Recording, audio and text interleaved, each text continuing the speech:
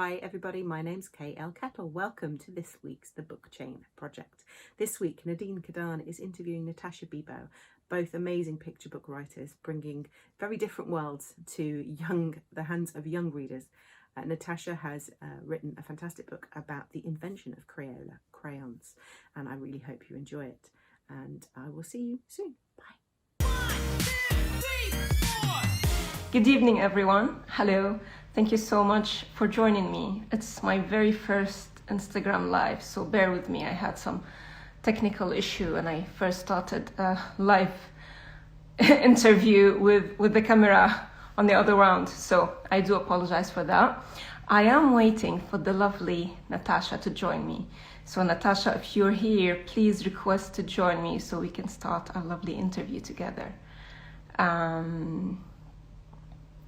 I'm trying to see, so like I mentioned, it is my first time, so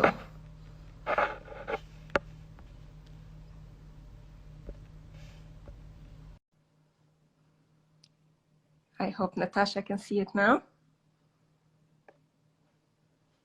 Hey! Hi, Nadine. Hi, how are you? I'm good. This is really exciting. I know. I first started the live with the camera and the other way around, and oh my goodness, tech! but it worked at the end. So technical issues should happen since it's the first time, but we're learning. How are you? Did it find it easy? I'm good. I'm really excited to be here talking about books and creativity and being an author with you tonight for the lovely book chain. So I haven't introduced what we're doing yet. So to quickly introduce, I'm doing this interview as part of the Book Chain project. It's a series of interviews of authors interviewing authors. So a few weeks ago, I know some of you joined me. I was interviewed by the absolutely lovely Kindersley, who interviewed me about my book Tomorrow there.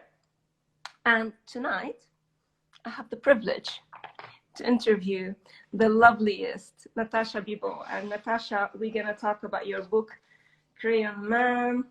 It's a beautiful, beautiful book. I can't wait till I hear all about it. But how about we start by you telling us about yourself? It's so much to talk about you and to tell about you and your wonderful book, but I'll let it for you to tell us about yourself and your wonderful book.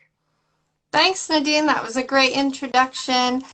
So again, my name is Natascha Biebow. I'm the author of The Crayon Man, which is the true story of the invention of crayola crayons, of these ones here. And I'm a children's book author, but I'm also an editor who's passionate about picture books and young fiction and nonfiction. And I'm a freelance editor at Blue Elephant Storyshaping, where I love to coach and mentor and work with authors at all different levels. I'm also the editorial director for Five Quills, which is a small independent publisher. And together we're building a really fantastic list. And in my free time, I'm the regional advisor co-chair for the SCBWI British Isles, where we create lots of great programming for professional development for authors and illustrators who are interested in children's books. And I'm also a mom, so we can talk later, Nadine, about lots of juggling that goes into being a book author.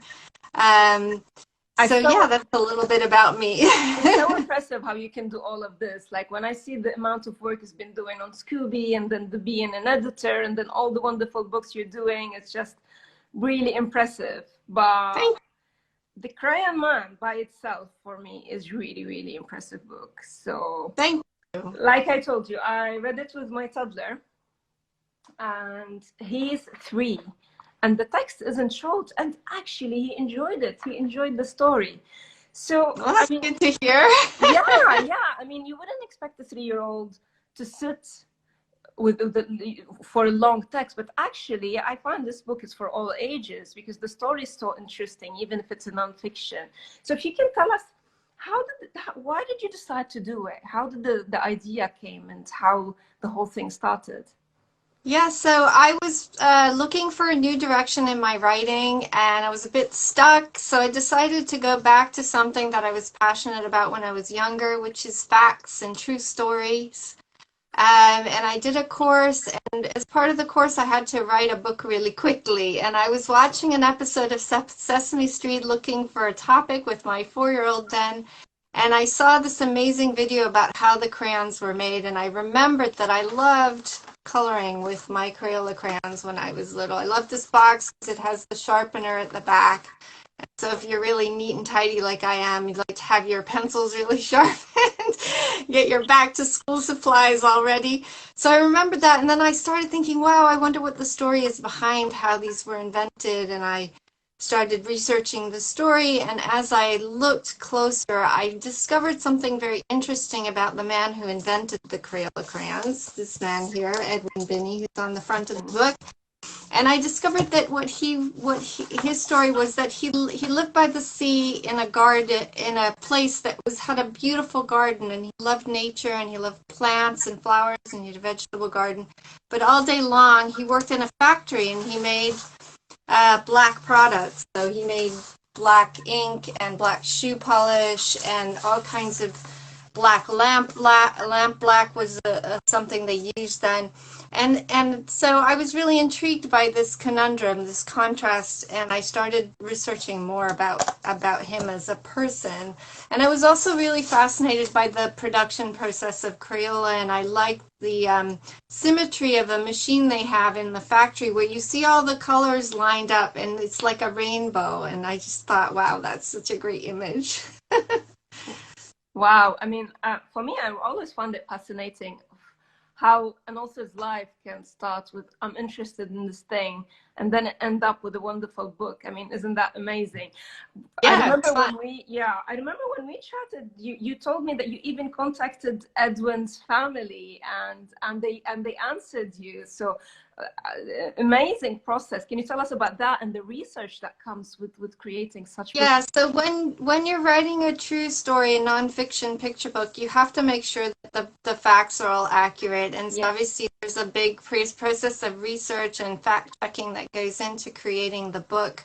And so I was in touch with Crayola, and they were very supportive, and through them I got in touch with Edwin Binney's great-granddaughter, Sally Chapman, and after the book was published, I met more family. Wow. There's Edwin Binney, and Sally was great. She told me a bit about her great-grandfather and helped me check some parts of the story, but I also visited the archives at the Smithsonian where all the factories company papers were, and so I was very fortunate to be able to do all this sort of hands-on primary research to really get the story behind the story.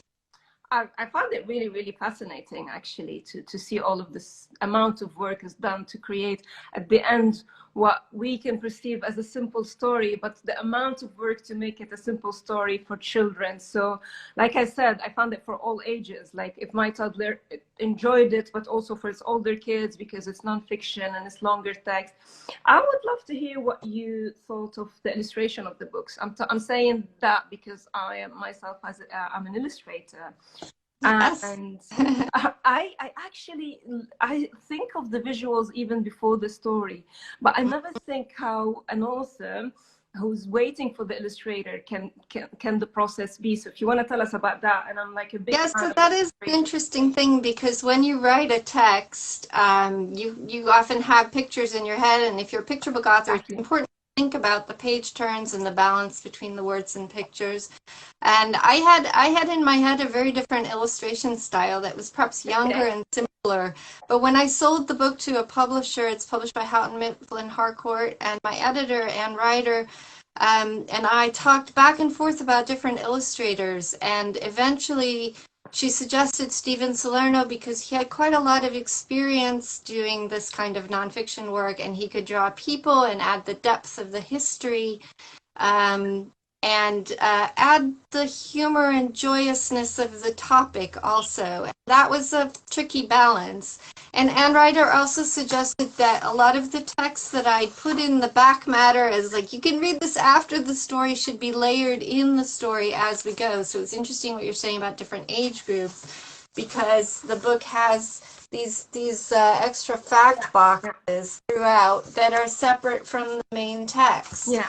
And so that means that children can dip in and out of the story text, and the fact boxes are written in a slightly different, more factual style. And you can skip them and still understand the story, or you can grow into greater depth. And that was also all part of the design of the book. That came from the designer, and worked closely with Steven Salerno to figure out, how we would make space for all of these things on the page. So it was really fun, and he does an incredible amount of research too, as all illustrators probably need to do. So I provided him some reference, but then he also researched, and something that I found really interesting was that photo that you showed at the end of the book of Edwin Binney. Yeah. He looks like an old man there, but when he was inventing the crayons, he was much younger. So Stephen had to imagine and research what people wore at the time and what they might look like, what styles, to imagine what Edwin Binney would have looked like as a younger man. So these are all the fun things illustrators have to think about that authors don't even consider. I think it's absolutely right, because the illustration does give you the feel that there is the history of it, there is the depth of the history of it, but yet in the same time I just find that it's not something that you would feel just nonfiction. It's a story. You can take out the facts for the child, or you can depend the facts. So it's really the audience. It's beautifully big. And for me, what I love about your book, Natascha, is just the idea of how just a simple object, which is crayons, right? Like we use it every day in schools. Yeah. With my toddler, we use it every day. How so much work came behind it to be able to create it, and how much trials. For me, I found it really empowering for children. It stimulates their curiosity. They can ask, who invented this? Where did that come from? What was the children's reaction when you read the book in schools, and how did they? I've done quite a few school visits and talked to children about the book, and it's been really encouraging to hear how excited they are to discover the story, to go and be creative after they've read the story. And you're right, we do take everyday objects for granted, and so it's lovely when you can sort of hear the story behind it, but as Edwin Binney's story is very empowering, because not only did he have quite a lot of trial and error, but he really listened to people and invented what people needed. So his wife was a school teacher, and she was the one who encouraged him to say, this is what we really need. The chalk that they had at the time was very dusty, and obviously was all black and white, and they also used slate. So when you talk to children today about that, they have to imagine this whole world that's very, very different from ours. So not only are they tapping into a bit of history, but they're also tapping into imagining a different kind of childhood. What must that have been like? And then maybe experimenting with inventing things for the future, which is what Edwin Binney was doing. He wanted to create something that was accessible to all children, that was cheap and durable and brightly colored, because he was inspired by the nature in his garden. And so, yeah, it starts you that conversation. What other everyday objects can we find around us? Wonder where they came from, who invented them, why they invented them. Were they trying to solve a problem? Yeah, it's great for sparking that curiosity. And I think a lot of teachers have used it as a springboard for that kind of dialogue in their classrooms. I can imagine, yeah. It also comes, it shows you the story that it comes from the need of it, because Edwin's wife was a teacher, right? So she knew exactly what schools and children needed, and that's what's beauty about his story, the importance of the story that comes from actually pure knowledge of what is needed to be created. I want to show my favorite spread of the story, and feel free to show us your favorite spread of the story. But I love this one. Yes, that is my favorite spread in the book Is too. it? Oh, I think Stephen has done such a beautiful bouquet of flowers, and the colors really pop in the way the crayons did. And so this is the spread where we can talk about how Edwin loved nature so much he brought flowers into the office every day. He actually did do this. And he looked at all the colors in nature to inspire more colors, because we started with the 8 primary colors, so to speak. And then went on to invent, this is in the 64 box, but there's 120 also. And one thing that I've been having fun doing since I wrote the book is being aware of all the different shades of different colors. So, like, for example, I pulled out my crayon box and you can see all the greens here. Yeah. There are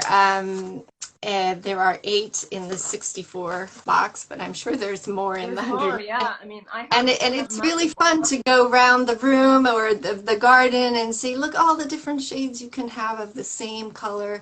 And so sometimes it's a great activity to do with kids, for them to mix colors and think about how they'll create their imaginary worlds, or try to draw some things that they've seen in nature also. And I feel like sometimes we're a bit disconnected from the outdoors now. So it's been nice to be able to have a way to talk to children about why nature can be the solution to lots of our problems, but also an inspiration, and a really lovely space to go in, spend time in.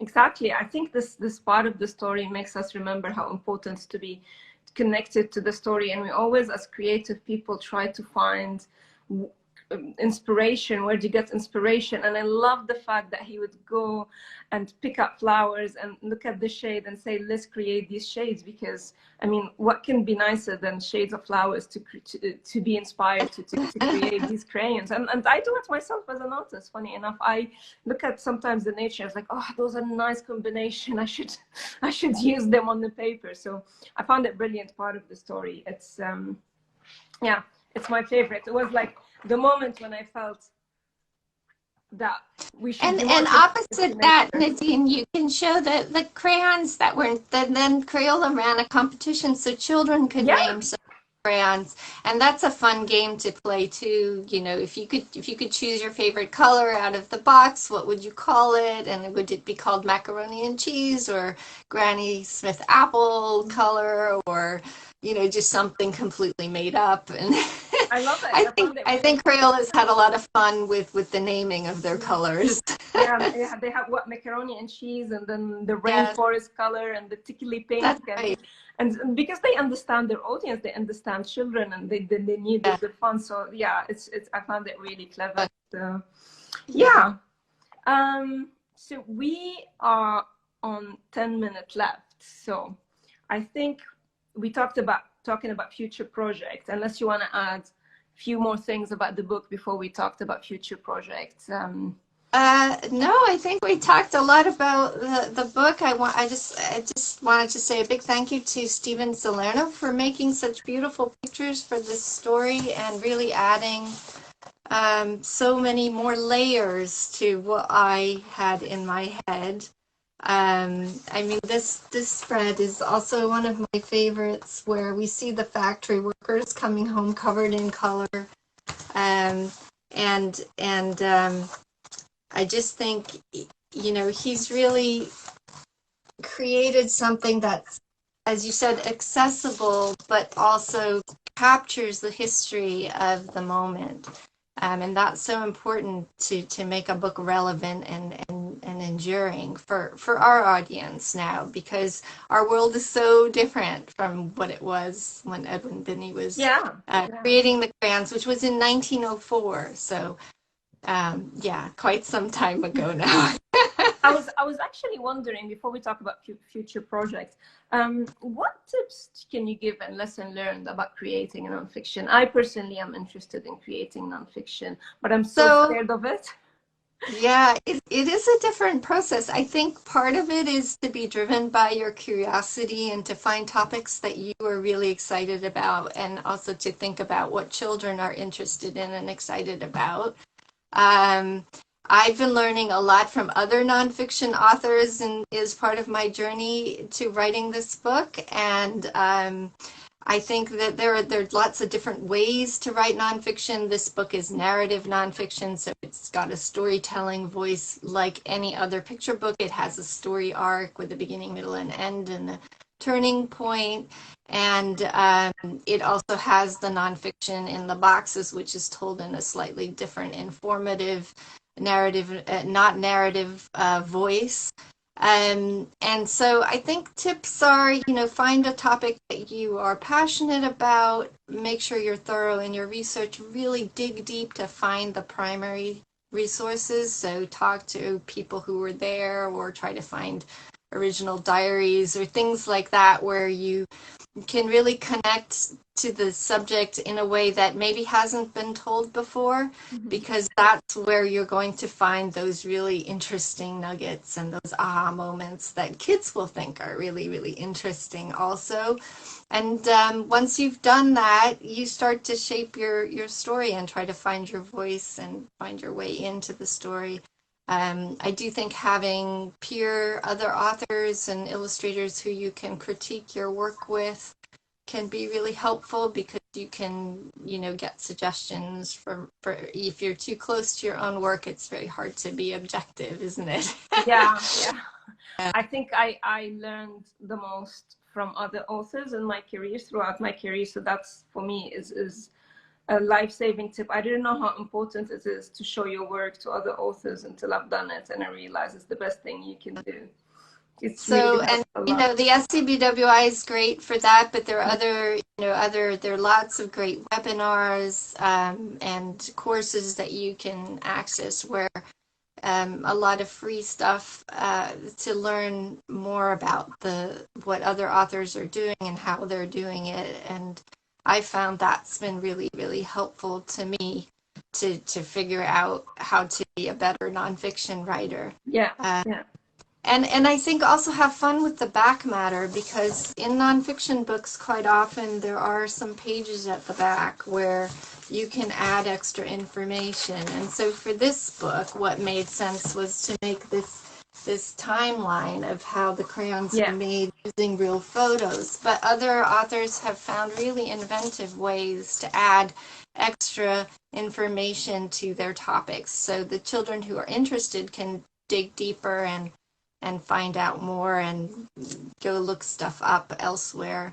Yeah. And that's a great resource for educators also, and librarians and so on. Yeah, a lot of the time teachers use the children's book as just a starting to open a topic, but then they can spend the entire year working on more and more projects of it. So that's what's great about these stories. I have to mention, though, that talking about asking other authors, I personally worked with Natascha in her coaching sessions. So if you're a writer and you would like a good writer advice, Natascha is there. She does this amazing coaching session. So do join. I do like doing the one-on-one coaching or small group coaching, because it's really a great way to get to know an author and their work, and just to develop a body of work over time.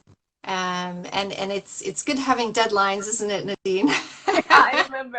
Because then I find as an author, if I have a deadline, like if I'm meeting a critique group or getting some feedback, then I work harder to finish the thing.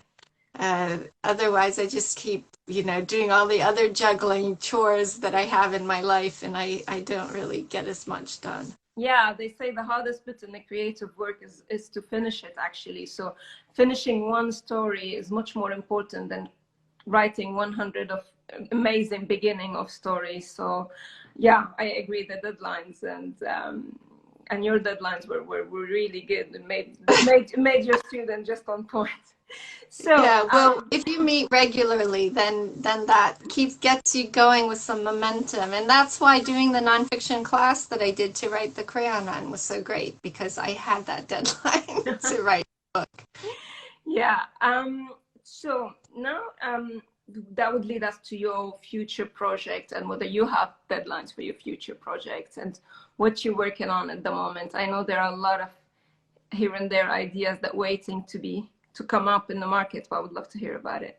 Yeah, so I think I'm always writing new books. I have some young fiction I've been working on, and I have some other nonfiction books some that I've polished up and some that I'm just starting.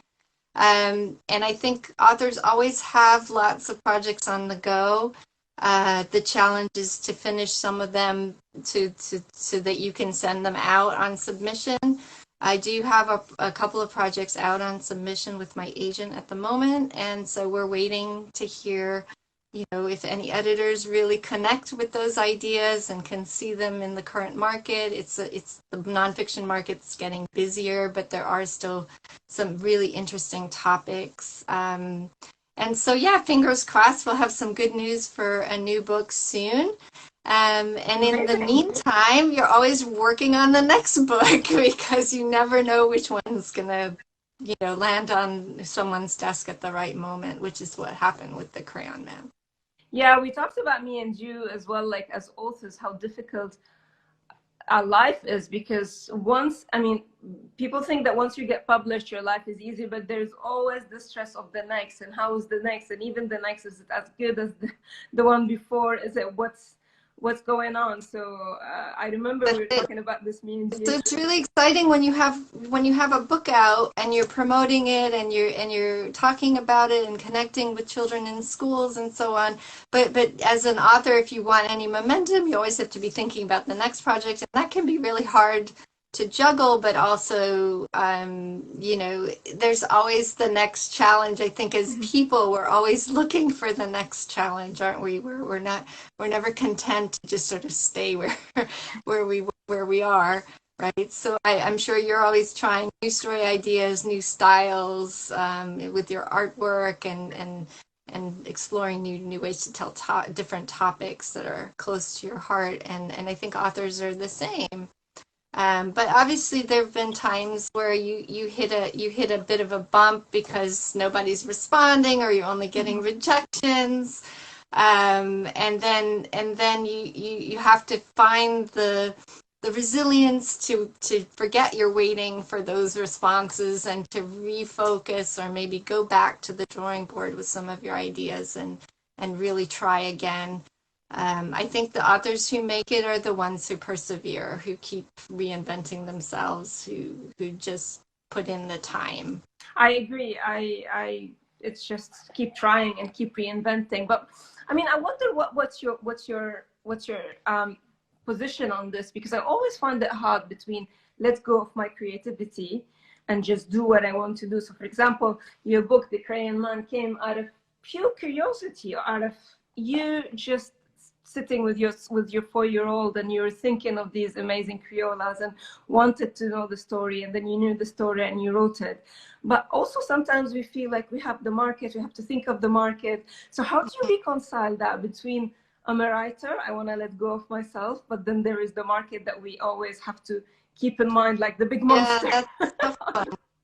I think for me, it's always, you've got to write what you're really, really excited about first and try to do that. And then afterwards, it is a good idea to be aware of the competition, to know what's working in the market, why it's working, and maybe apply some of that to shaping the more finished project. But I don't think you should be driven by the market, because that passion is missing from your project.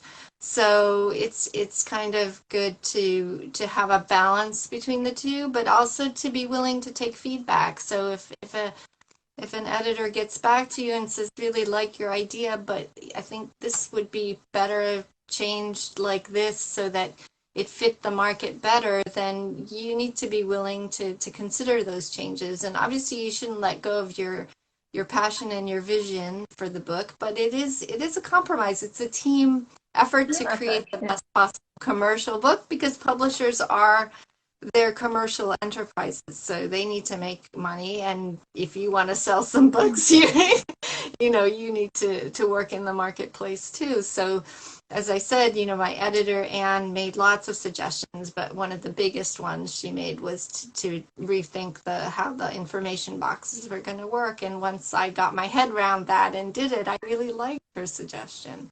Yeah, I agree. I mean, there are a lot of times when I worked with editors where I feel like, oh my God, I didn't think of that. They know what they're doing, and it takes us out of our zone, and then it makes it more like an inclusive work, and then you understand what is needed. Again, just like Edwin.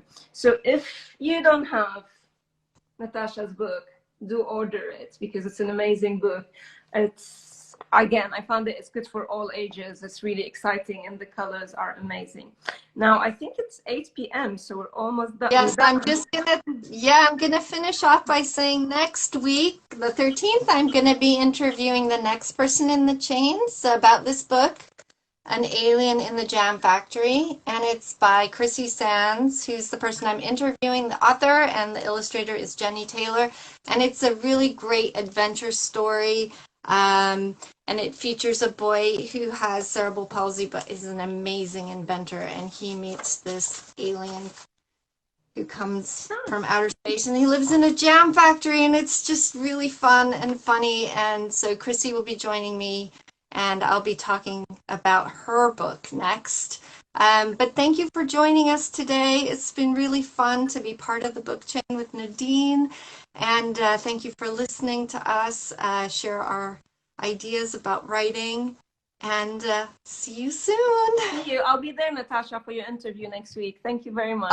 Thank you, and come listen to Chrissy talk about her book. Absolutely. Bye-bye. Bye-bye.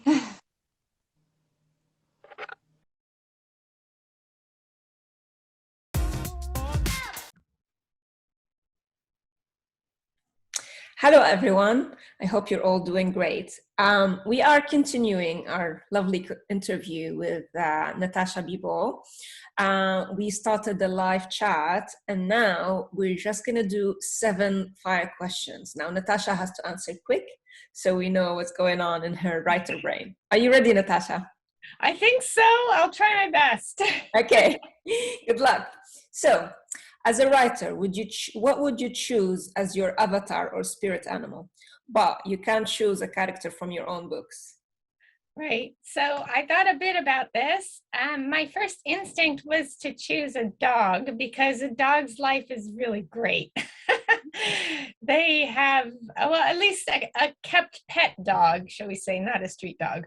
But I just think it's great to be able to be loved and just be fed, and all your needs are taken care of. And so that was the first one I thought of. But then I thought maybe an elephant, because elephants are so majestic and I just really admire them.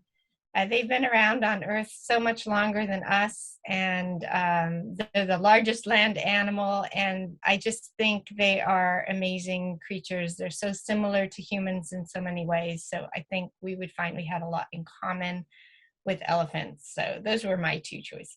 Oh, beautiful. Yeah, I love elephant too. Did you know that they grieve, apparently? That they Yeah, that's right. Yeah, it's beautiful. And they also take care of their young in the way people do, live in families. And yeah, they have a lot of common. They're very playful animals too. So I think they have a lot in common with people. Okay, lovely. Question number 2. What are your top writing tips? So I personally find it hard, this question. I know, my top writing tip is bum on seat, persevere, writes. Because if you never put in the time to learn your craft and try again when you get those rejections or you get stuck and have to rethink things, there are lots of people who are great writers, but they might not get published if they don't put in that extra effort. So that's my tip. Great. Now, number 3, if you could only eat one meal and drink one drink for the rest of your life, what will it be? It's such a tough question, isn't it? So you think something that sounds very exciting now would probably be awful after you'd had it 100 times. But anyway, my favorite meal is lasagna. So I would say something with pasta. And I was going to say water because it's so practical as a drink and it could keep you going for a really long time. But then, of course, everyone would like a little bit of bubbly champagne or Prosecco or something like that. So you have to choose one. Just one. Oh, I'm going to be practical and go for water. I'll choose that. Question number 4, Marvel or DC? So I found this quite a hard question because I'm not a big comic geek. I do quite like some of the superheroes that have been created, but I've never really been into that as a child. And obviously I've watched some of the movies that have come out, but it's not something I'm particularly passionate. So I'd be sitting on the fence on that question. Yeah. I think I'll be the same too. Bugs Bunny or Mickey Mouse? So yeah, I think Mickey Mouse, just a little edge over Bugs Bunny. They're both quite funny characters. I think Mickey Mouse is just so iconic as a character, and as a child, resonates with me from things that I used to like and watch. So yeah. Lovely. Okay. What 3 books would you take with you to a desert or an island, give to an alien? So this is like asking you what to choose your favorite child. My son asked me this question last night, and I just said, I don't know. But anyway, I did choose 3 books off my shelf. So the first one is this one, All You Ever Need to Know I Learned in Kindergarten, and it's by Robert Fulghum. And I love it because it's a bunch of short essays and you can dip in and out of it. And so it would be quite a good sort of snapshot of some things that people think about, and there's a particular passage in it that references the title, which are some very practical things that you learn as a child that can stand you in good stead when you're grown up. And my favorite one is Take a Nap Every Day and Learn to Share and things like that. True. So there's one. And then this is a book I also really love, Roald Dahl's Danny the Champion of the World, and I love it because it has such a warm relationship between the dad and the son, which really resonated with me. And it's a clever adventure, and it's full of action, and the baddie gets outwitted, and it's just got all the great elements. And it's Roald Dahl, so it's great storytelling. Yeah. So I think it would be a book you could dip in and out of for a long time. And then I brought this book. It's a very old picture book, out of print probably, the Megamogs and the Dangerous Donut. And I think it's just humor. I just think it's one of the funniest books I know. The characters have really great funny names, like Tracy Tin Opener and Sardine Sid, and they're very feisty cats, and they save the bakery from the dastardly Duncan, who is McDunk, who's always coming up with shenanigans to try to outwit them. And it's just got some great pictures and really funny rhythmical writing. So I just always love reading this. It makes me laugh. So that's why I would take that with me on a desert island, because it would be endlessly amusing on many layers. Looks really interesting and funny. It is a really fun book. Well, thank you so much, Natascha. I hope that you enjoyed the Nadine. interview as much as I did. It was so much fun. Yes. And it was great to connect with you and hear all about how our processes are similar and different. And Yeah, I find also interviewing authors is really interesting, because we relate to each other and then we see this is how I do it, or this is I would do it differently. But just to mention that this is the book chain project, in case I didn't mention it in the beginning, and this is episode number 24 with Natascha Biebow for her book, The Crayon Man. Bye-bye. Bye. Hi everyone, I hope you enjoyed that interview. Next week, Natascha is interviewing Chrissy Sains, whose first debut book, The Alien in the Jam Factory, a middle grade adventure chapter book, has come out this year, and it's a fantastic story. So I hope you join us there. Bye for now.